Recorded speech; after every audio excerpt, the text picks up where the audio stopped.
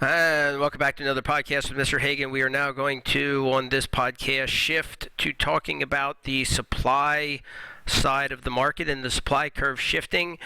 And so we're going to go through each of the determinants one by one. On this video, we're going to have our good B cell phones. We're going to have our good B cell phones. And so this is the quantity of cell phones trading in the market. This is the price of cell phones. We're currently at an equilibrium price and equilibrium quantity. And we're going to get a real-world event that is now going to affect one of the supply determinants. And my real-world event is, let's say that... well, first of all, let's say our determinant here that we're going to talk about is going to be change in resource prices. So let's just, before I get to this real-world event, let's remind ourselves what are resources. And remember, there were 4 resources. This goes all the way back to one of the early videos.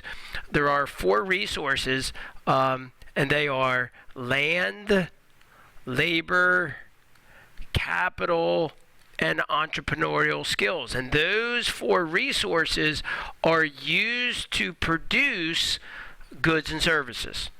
Okay, so when I'm going to use the language on this video of change in resource price, I'm talking about a change in the price of land, a change in the price of labor, change in the price of capital, change in the price of entrepreneurial skills that the company has to purchase in order to produce the goods that they want to sell in the marketplace.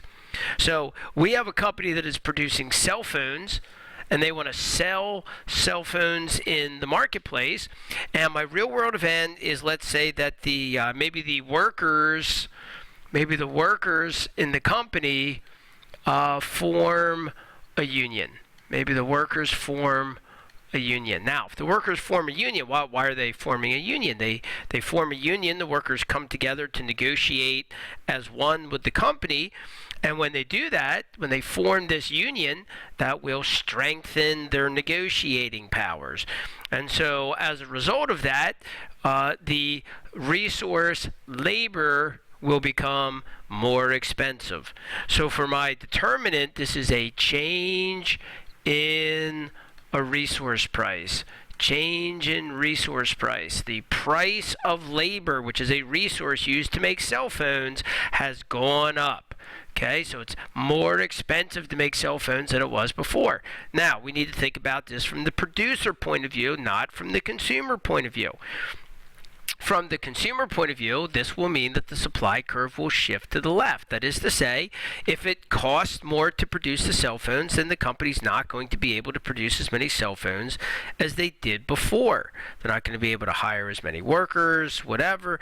And so as a result of that, the supply curve is going to shift to the left. Now, remember, a left shift in the supply curve is a decrease in supply. They are decreasing the amount that they can produce. The supply curve shifts to the left. That's a decrease in supply. Remember, supply curves do not shift up and down. They shift right and left because we are measuring on the horizontal axis. That goes right and left. Right is an increase, left is a decrease. Now, when that supply curve shifts in the left, we're going to end up at a new equilibrium right here, which is going to cause the price of cell phones to go up. And we just got to make sure that we're being careful to keep track of all of this. Labor costs went up. That was a change in the resource price. That caused the supply curve to shift to the left. The company can't produce as many cell phones as they did before. And that's going to cause, this is the price of cell phones to go up in the market. Okay, so the price of cell phones is going to increase. In addition to that, the quantity of cell phones that are bought and sold is going to decrease. So we're going to get an increase in the price, and be careful, this is an increase in the price of the good we're studying, which is cell phones. Okay, the price of cell phones goes up, and the quantity of cell phones goes down. The quantity of cell phones goes down. What happens on the demand side? Well, on the demand side, the demand curve did not shift. We moved along the demand curve, so that's a change in the quantity demanded. And remember, this arrow is pointing left, not up and down. It's pointing left.